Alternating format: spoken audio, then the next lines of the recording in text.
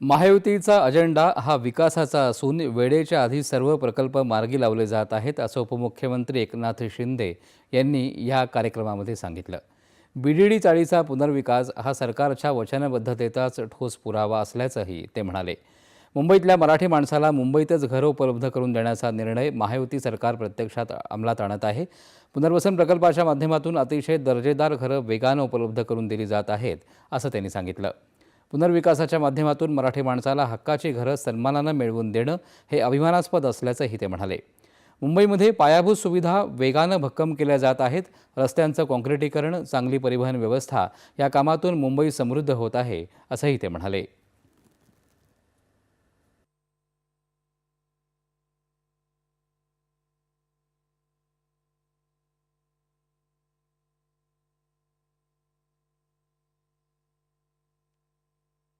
ना मराठी माणसाला हक्काचं घर देण्याचं काम आपल्या सरकारचं आहे आणि ही जबाबदारी आमची आहे.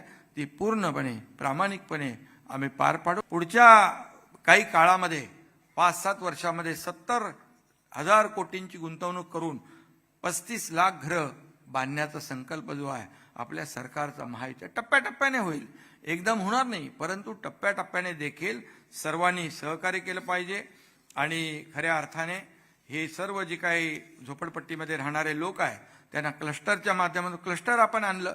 याचा उद्देश एवढाच होता की स्टँड अलोन बिल्डिंग बांधली तर त्याला कुठलाही ओपन स्पेस नाही मिळणार, त्याला गार्डन मिळणार नाही, त्याला ग्राउंड मिळणार नाही, त्याला क्लब हाऊस मिळणार नाही. आणि म्हणून क्लस्टरमध्ये केल्यानंतर ह्या सगळ्या गोष्टी अम्युनिटी ज्या आहेत त्या मिळत आहेत, त्याचंही जीवनमान उंचावत आहे. विकासाचं इंजिन असलेल्या मुंबईकरांच्या जीवनात आमूलाग्र बदल होईल, असं उपमुख्यमंत्री अजित पवार यावेळेस म्हणाले. मुंबई झोपडपट्टीमुक्त होण्याच्या दिशेनं वाटचाल करत असल्याचं सांगत सरकारी धोरणांमुळे रखडलेले प्रकल्प देखील लवकरच पूर्ण होतील, असा विश्वासही त्यांनी व्यक्त केला. बीडीडी चाळींच्या पुनर्वसनाचं स्वप्न पूर्ण झालं, तसंच धारावीचं स्वप्नही महायुती सरकार पूर्ण करेल, अशी ग्वाही त्यांनी यावेळेस दिली.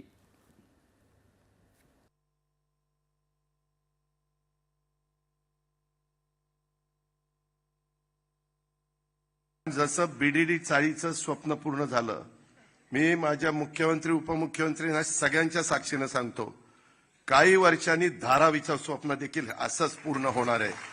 आणि ते महायुतीचं सरकार करूनच दाखवणार. कुणी काही म्हणो, परंतु ते पूर्ण करून दाखवणार. उद्या चाळीतून तुम्ही टॉवरमध्ये गेलात तरी आपली संस्कृती ही तुटू देऊ नका. अख्खं आयुष्य आपण या ठिकाणी जगलात.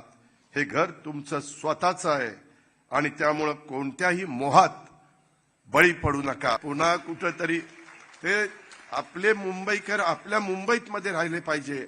आपला मराठी माणूस आहे तो आपल्या इथंच राहायला पाहिजे. अशा पद्धतीनं मी इथं मत व्यक्त करू इच्छितो.